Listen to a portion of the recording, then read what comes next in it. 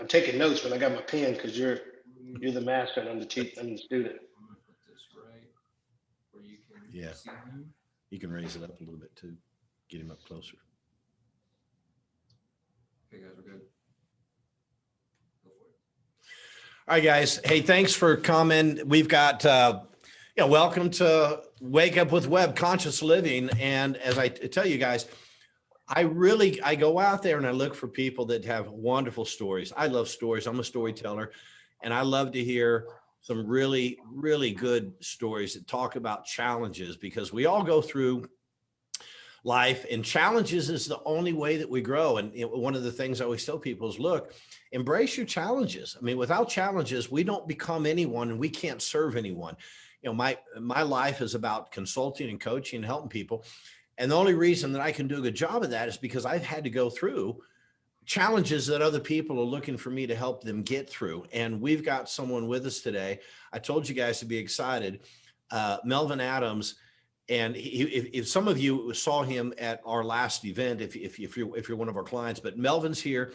He's got an incredible story. I brought him on because it's a powerful story. It's a powerful story on hope, on challenges, embracing those challenges, trusting in God, and doing what's right for the masses and listening to that. And he's got a path that he had to struggle to get through.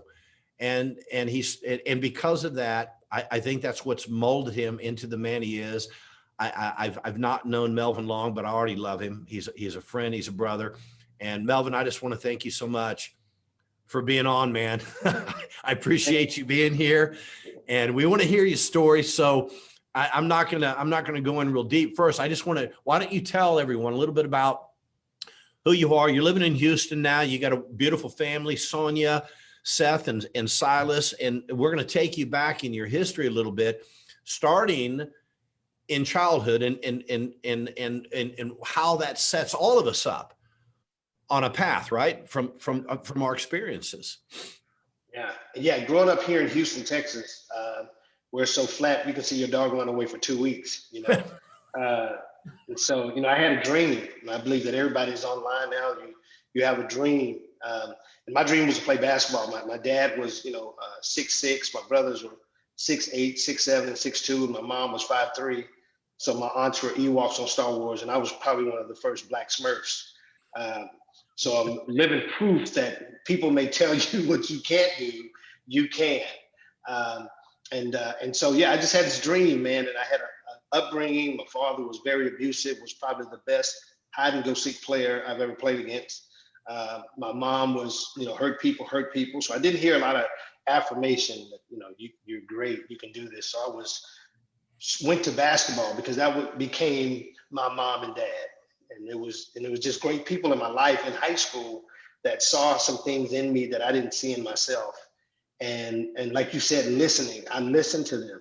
And by listening to them, it changed my destiny, changed my journey, and allowed my children to grow up in a totally different environment than I have, to be the father that I never saw.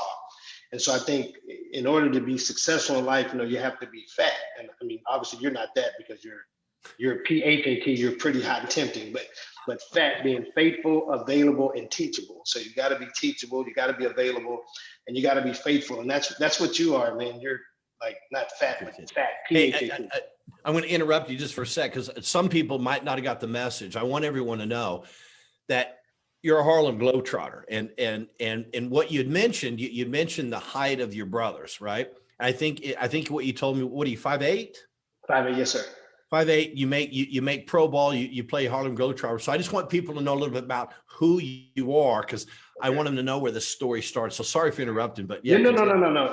So I played 4 seasons with the Harlem Globetrotters. I went to college in California, became a 2-time All-American. I ended up leading the nation in scoring. And then I went on to play in New Zealand, Poland, Argentina. And then I went on to play 4 seasons with the Harlem Globetrotters. So I've been able to travel the world using the game of basketball to inspire and to motivate not just students, but companies and people all over the world. So go back in time a little bit again. I want people to understand, when you grew up, you didn't have some of the opportunities, and your father wasn't there. And this is not an uncommon challenge. It's a very common challenge in the Black communities, more common than not. Yeah. True. And somehow or another, you were able to not only make it out, but you were able to thrive. But what I see even beyond that, you are in a position, you've been in a position that you're impacting people's lives at a very, very high level. You're giving hope that wasn't there. And so when you were young, what was this like in facing those challenges, and what gave you your hope? Yeah, well, for me, seeing a dad that was abusive, what kids see, they practice, and what they practice, they become. And being a young boy who was the baby and was a mama's boy, I longed to hear the words that I believe that everybody, I'm proud of you, I love you, and you belong. And I didn't get those things. So I was a hurt, angry kid, and very, suicidal, angry, always in trouble, just screaming for just love. And I was going to school every day, not really giving my best, not living the best life because of the examples that I had seen even at home and even in my environment. But there were two people who didn't just come to work to get a check. They woke up every day on purpose with a purpose. And my high school principal, her name was Miss Eden. She would tell me every day that I was awesome. And now that's not something deep. It's not about the deep. It's about just simple things. She said I was awesome. She said I was amazing. She gave me my first birthday party. She wasn't paid to do that. That wasn't part of her curriculum, but she saw something in me, and I began to listen, like you said, and I made a choice to live, like you talk about. And my high school coach, I grew up in poverty. I tell people we were so broke. If you tried to rob us, you'd be practicing. You know what I mean? So here's this coach. Again, if you did that now, you'd go to jail. But he drives me to River Oaks. It's an area in Houston where the Bushes live. And I see these houses, man. They look like your face. They were awesome.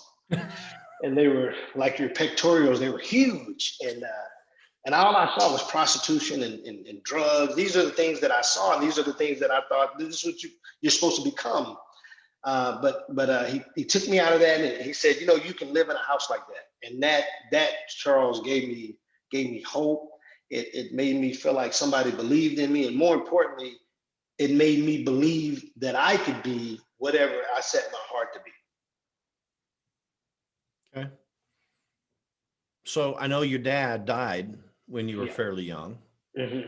So carrying on from that point in time, I guess it was your mentors, your mom.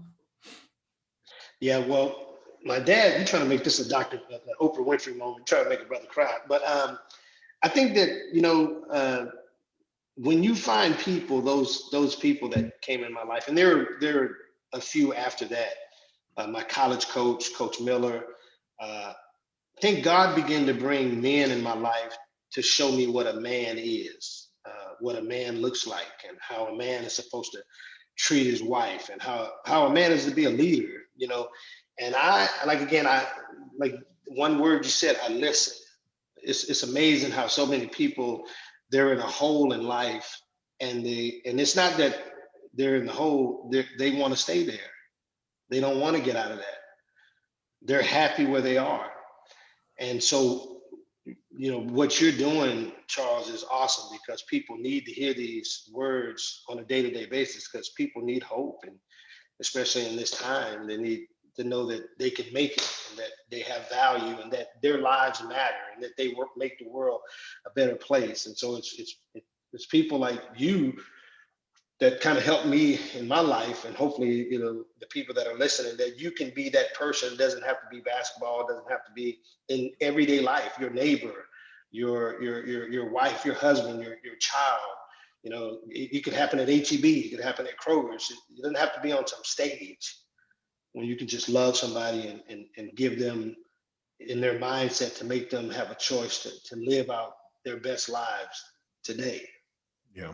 Well, and I want to cover that too in some depth on what you're doing today, because it's impressive, and it's just you fit the part so perfectly. And again, that came from your history of your challenges, and I think people can recognize, if they haven't listened to you before, you got humor. I mean, that's what you do. And you were that person on the Harlem Globetrotters. And I think that was Curly, right? That you kind of replaced Curly, but Yeah. but I love hearing the story about how this happened. You're playing basketball. How are you scouted out to where this 5'8" guy ends up playing for the Globetrotters? This is awesome. So I go play college basketball. My first experience in college was at Hill Junior College. I got my first scholarship, and Coach Roberts was his name. And I say that for a reason. Coach Roberts sits me down, he looks at me in the eye, and he said, "You'll never play college basketball." He said, "You're too little, and if you do play, they're going to call you windshield wiper because they're going to swipe your shot." And there are people that are going to be drinking Haterade, watching Hater Vision, graduate from Hater High, tell you you're not a good wife, good husband. So anyway, what that did for me, it made me mad. And when you get mad, that's make a difference. It made me want to make a difference. So I started shooting 3,000 jump shots every day, running 3 miles. Just wondered, when you were sleeping, I was working. And so I go to college in California to the school that had won 5 games in 5 years, and we win a national championship. My junior year, I lead the whole nation in scoring at 5'8" with high heels on. So being in California and leading the nation in scoring brought a lot of publicity to a school that had never won. So I was the talk of the town in San Jose, San Francisco, Oakland area. So I graduate, we win another championship, and I'm going overseas. My first game in New Zealand was 79 points. My next game was 70 points, 71, and then 69. And being short, this brought a lot of publicity. So I come home, I'm going to this famous gym. It's called the Charles Webb Gym of Love, but it's called Fondy. I go to this gym, and I'm just playing basketball. And that's why I say you never know who's watching you. You never know how you're impacting a life. But I woke up that day just to go play basketball, and I'm playing it, and I tripped on the floor because there was a man that walked by. I think it was Charles, and I never looked. I was like, wow, that's a good-looking white dude. And so I tripped, and while I tripped, I still kept my dribble. And when I get up after the game's over, this old guy, smelling like Ben Gay mothballs, and I think he knew Thomas Jefferson personally. He was old. He probably split the water with Moses. I don't know, but so he calls me over, and I respect my elders. I go over, and he goes, "Hey, can you do that? Have you ever played baseball?" And I said, "Yeah." He said, "You know how to slide into second base?" And I said, "Yes, sir." He said, "Well, can you do that while still dribbling?" And I didn't know who he was. I felt like I could do anything. I had the spirit of Charles Webb on me, and I just believed that I was the true Avenger. So I said, "Yeah, I can do that." He says, "Well, meet me at this gym." So I'm so excited. I can't even sleep at night. And I get up and I go to this gym, and he gives me these knee pads, and I put them on, and he tells me to slide, and I slide, and I kept the dribble. And that was awesome. Do it the other way. And I did it the other way. And I did that for 3 days. And on the 4th day, he gave me a plane ticket, and I flew off to Orlando, not to see Mickey and Minnie, but I flew to Orlando for the Harlem Globetrotters training camp. And it was there that I got cut. And I go home, and I was discouraged, but I stayed in shape. I kept watching my Charles Webb videos of how to get your pectoral and abs of steel from Abs of Meals. And so they called me back, and then 4 years later, Mr. Globetrotter, and life changing. There was what, 300 people that tried out? There are 300 people that come from they're from big schools, Duke, Virginia, and here I am from San Jose Christian College. So everybody's like, "Who do y'all play against? Like churches? Like, so when y'all win, do y'all go to Billy Graham's house? You know what I mean?" So the guy that got cut right before you, who was that? That was Derek Fisher from the Los Angeles Lakers, San Antonio Spurs. Derek Fisher, like he got cut, and look what he ended up becoming. Yeah. And so what that means is, if you join the Globetrotters, nothing but good things happen to you in your life. So you got on the team, and you did kind of replace Curly. You were the comedy. You were the short guy that was doing all this stuff, and you did that for 4 years, and you came to a point that was in '96, I think, but you made a career move in 2000, and it was a good gig you had, and you decided to make a career move because you felt that there was a different place for you to go. And there's a lot of people that you're involved in something, like when I was in my practice, I built a practice, a new model, and that's really what we do today is show people this better way, to practice. And it was a great place to be. I loved it. And a lot of times people will ask me, man, you had this thing going. You had a name, you had freedom, it built wealth, and what changes. And, I came to a point of realizing I can't impact enough people with just me. I can only take in so many new patients a month. And there was something that burnt in me that said, there's more that you've got to dump out here. There's something inside of us, right?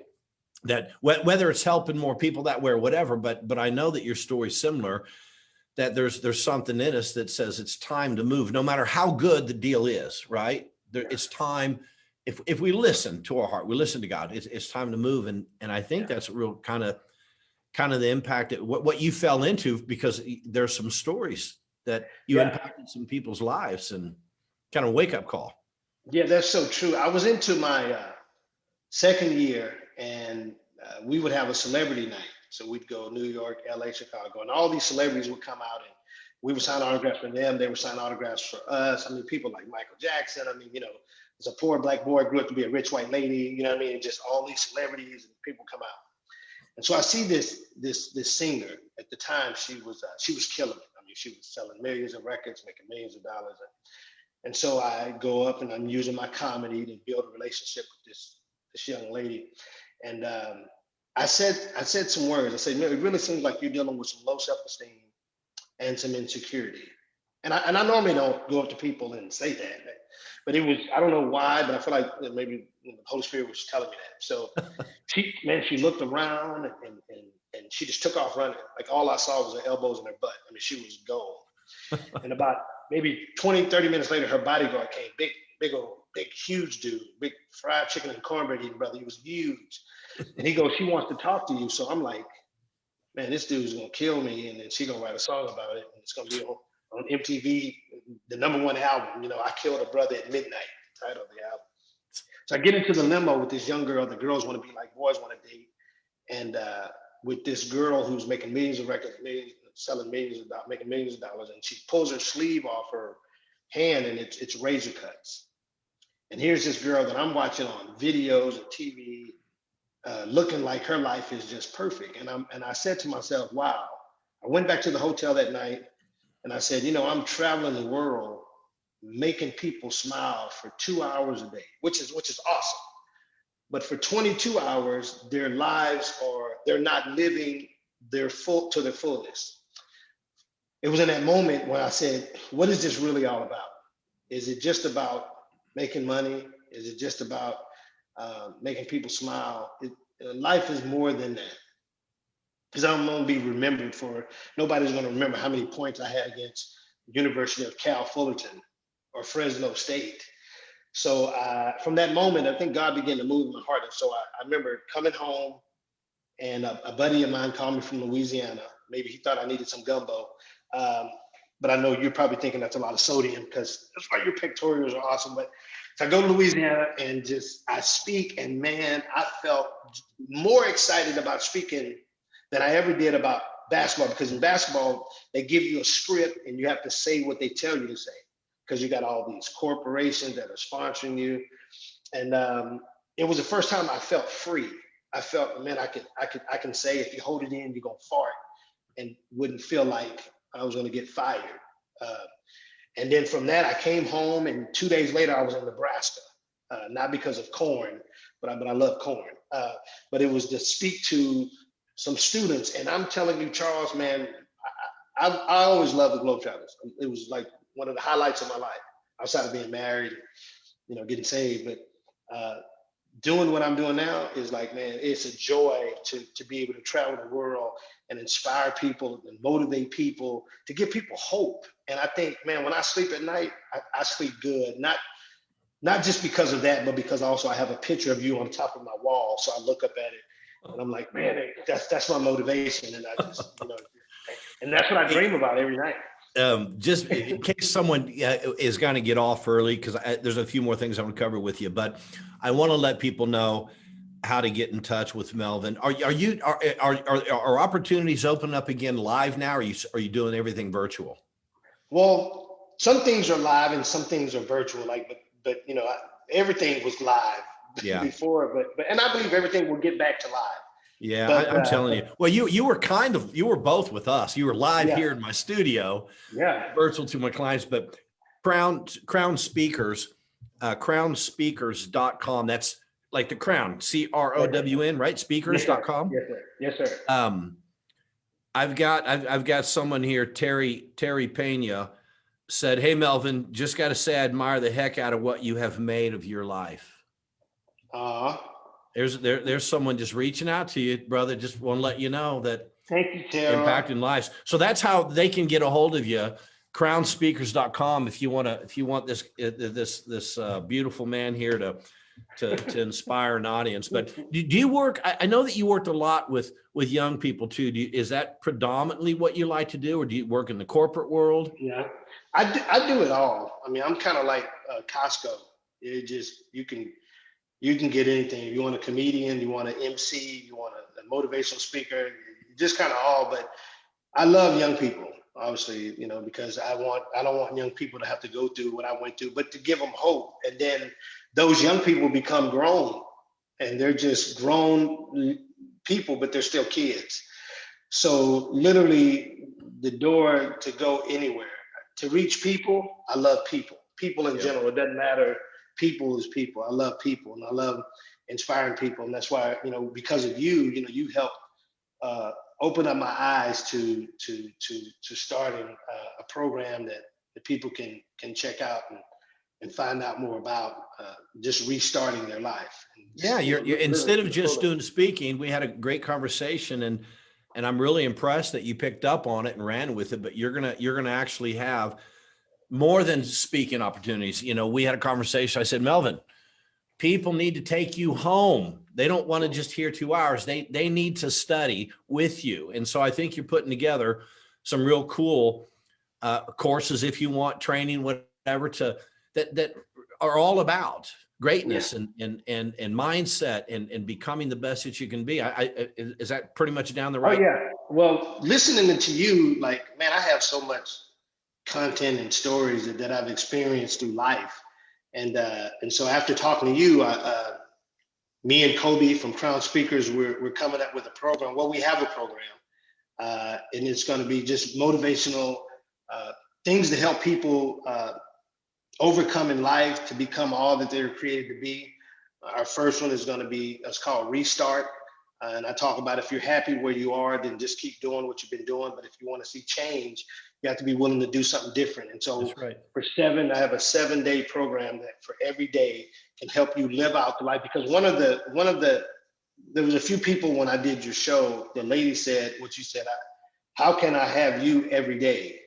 And so I want to help them every day to wake up on purpose with a purpose and wake up with something excited. For me, I have your picture on the top of our wall. I mean, so you can. So hey, here's a challenge, and I think everyone would like to hear this, right? So you obviously, you've got a knack for this. It's your heart, your purpose, and you're impacting a lot of people. And I've always wanted to impact my son as much as I can. Like when he was younger, he's 15 now, and yours was 17, 14. He's 15. And I always wanted to do the best I could influence him. And I coached his teams when he was younger, before it was, where I couldn't, where the main coaches had to. But, one of the challenge that I found, right, as his dad, as his papa, right, sometimes I'm too close to home, right? For me to influence him could be more challenging than, hey, I want you to hang out with Melvin for the day. He's going to listen to Melvin, whether it's about life or, hey, let me show you how to shoot this shot better. With his dad, there was always that there. And I'm interested, when you're working with your sons, Seth and Silas, do you find some of the same challenge? Here you are motivating millions of kids and young people and all of that. Do they kind of like, well, yeah, but you're my dad? I mean, is that? Well, I think that's a good point, Charles. I think that what I've learned from my mentors is that many dads, I always say money can buy a nice dog, but love will make it wag its tail.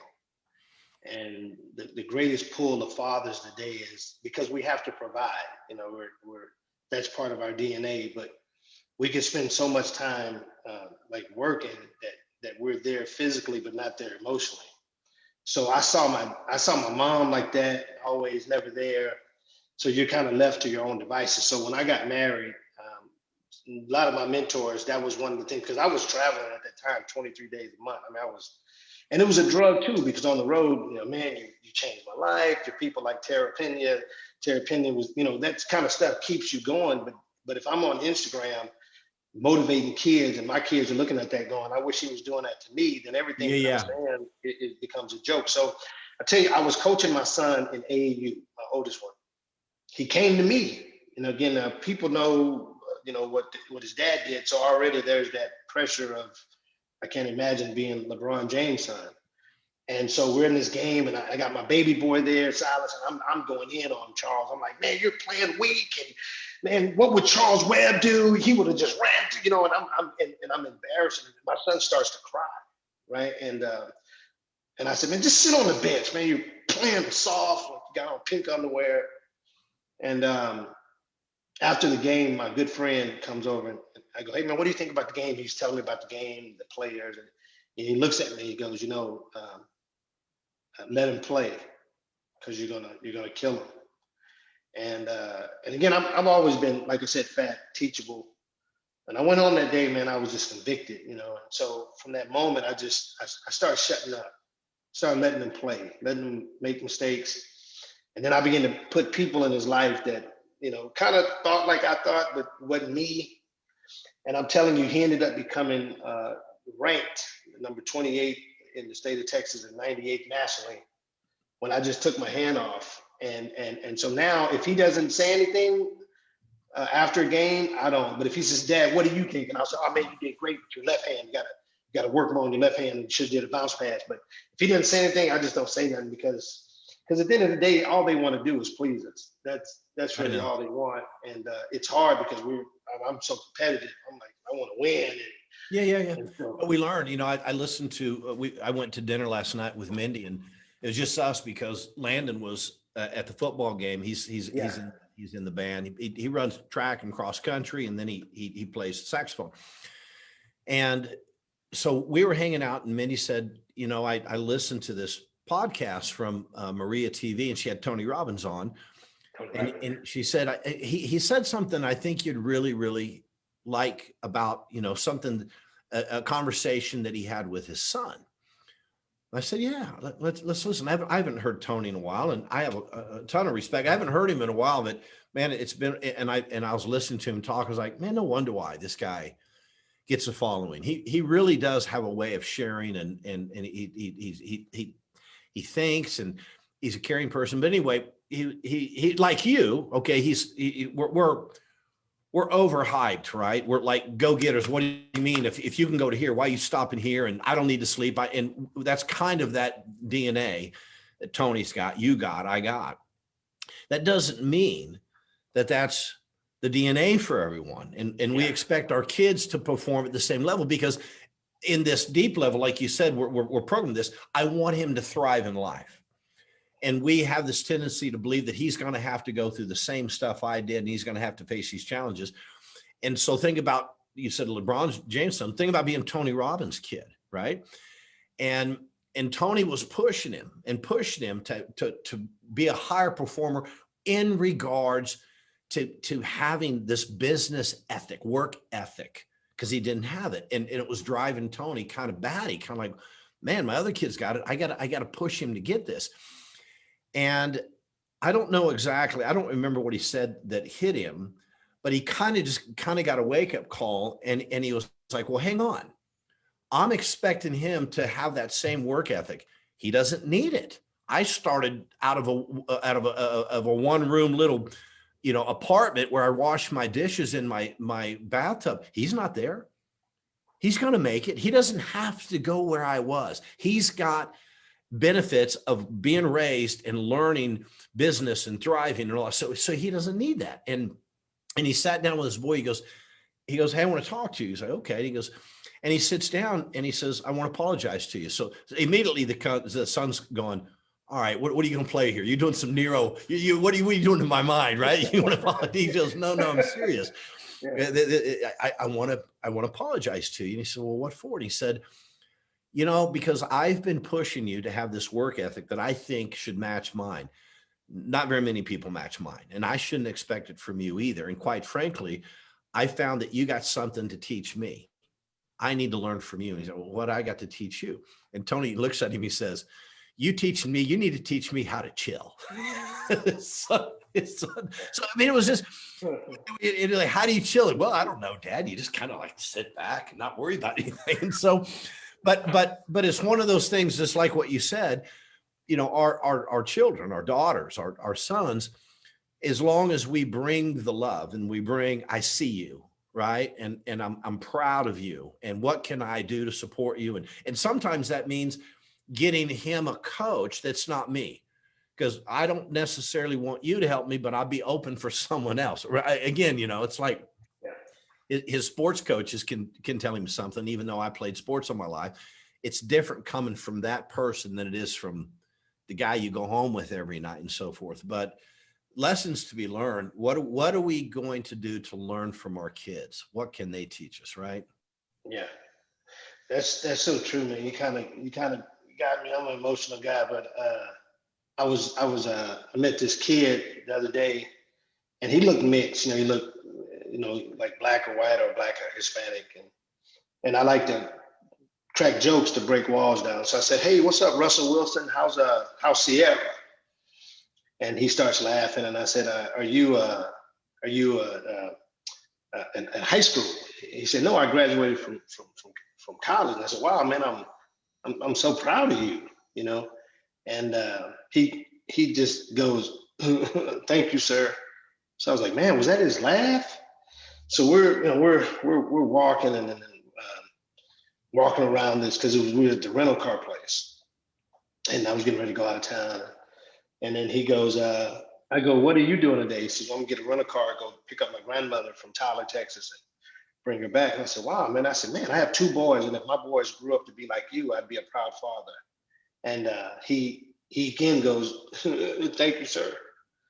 And we talked for maybe 10 minutes. He said, "Can I tell you what I was really going to do today?" He had a backpack. I go, "Yeah." So he pulls out a gun, and he says, "I was going to pick up my grandmother. I was going to come back to Houston, and then I was going to kill myself." Because he said, "You've said more positive words to me in 9 minutes than my mom and dad has said my whole life." And I hugged him, and I said, "Man, life is." And it was funny, when I was filming the film for the program that we're using to motivate people. My oldest son was filming it. My youngest son was watching, because they're always watching us. We can say whatever we want, we can do, but they're watching. And my youngest son was just watching me. And yesterday I was about to go in the shower, and he goes, "Dad, did you rehearse that?" And I said, "No, baby, that's just straight from, like, he's a rapper." So I said, "No, that was freestyle, baby. That was freestyle, like freestyle." He said, I said, "But when you love people, you don't have to write it down. It's going to come. I don't need no paper to tell you how I met your mom. I don't need no paper to tell you how I felt when I saw you come into the world." And he said, I looked at him and I said, "Man, you know what?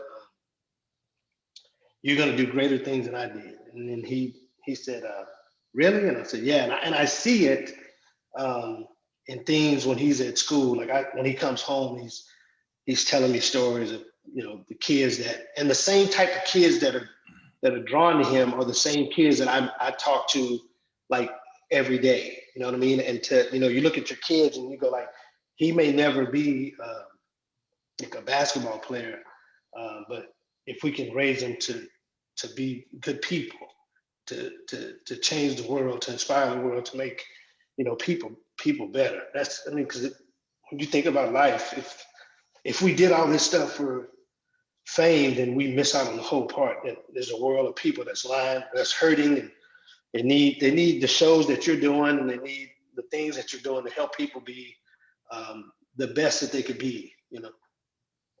Sorry, I got emotional, man. No, Melvin, look, that's why I brought you on. I mean, you bring a heart at a time that we all need it. And to be able to count our blessings, especially with our children, my wife and I, we've always told Landon that, Landon, you were brought here for a reason. You are here for greatness. We don't know what it's going to be, but God has big plans. And I really believe that. And if that's improving another individual's life or whatever it is, and he gets that love. And it's something that we can see the heart in him giving it to other people. He really does care for people. He's kind of a closed up guy right now, but he's opening up, kind of shy, I guess. But Melvin, look, man, I always love these conversations with you. You got a beautiful spirit, and what you're doing is impacting lives. I know it's impacting them, but it's impacting them to levels that it would be interesting that you could see these people 10 years from now, 15 or something, because it's just an amazing thing. I know we had a lot of people on, a lot of great comments. So you took time out of your day to be here, and I appreciate you, brother. I love you. And I really can't wait till you get back in San Antonio and we can spend some time together, man. Okay. Well, I love you, man. And thank you for the opportunity. Yeah. Keep up your work, man. We're going to, and you too. And I really want to keep up with this new place you're going. And if I can help in any way, you can reach out. But guys, if you want to get in touch with Melvin, again, crownspeakers.com, that'll get you access. And soon, do you know when some of this new training's coming out? Is it 4 weeks? It's out now. Actually, it's already up and going. And if they go to Crown Speakers, they could direct them to it. Okay. But it's out, and we're going to be having programs just flowing out, just messages of hope. This first one is just like I said, it's called Restart. Restart. And it's perfect that you're not born a winner or loser, but you're born a chooser. So there you go. I like that, man. Restart that like that. So choose today to restart, man, and you can start crying like me and lifting weights like Charles, and then we're all. All right, Melvin, I'll give you a big hug to the screen. Okay. But, I love you, man. Keep it up. Anytime you need anything, I'm here for you, man. Love you. Have a wonderful, wonderful weekend. Give your family hugs, okay, man? Okay. Love you, man. Thank you. Brother, take care.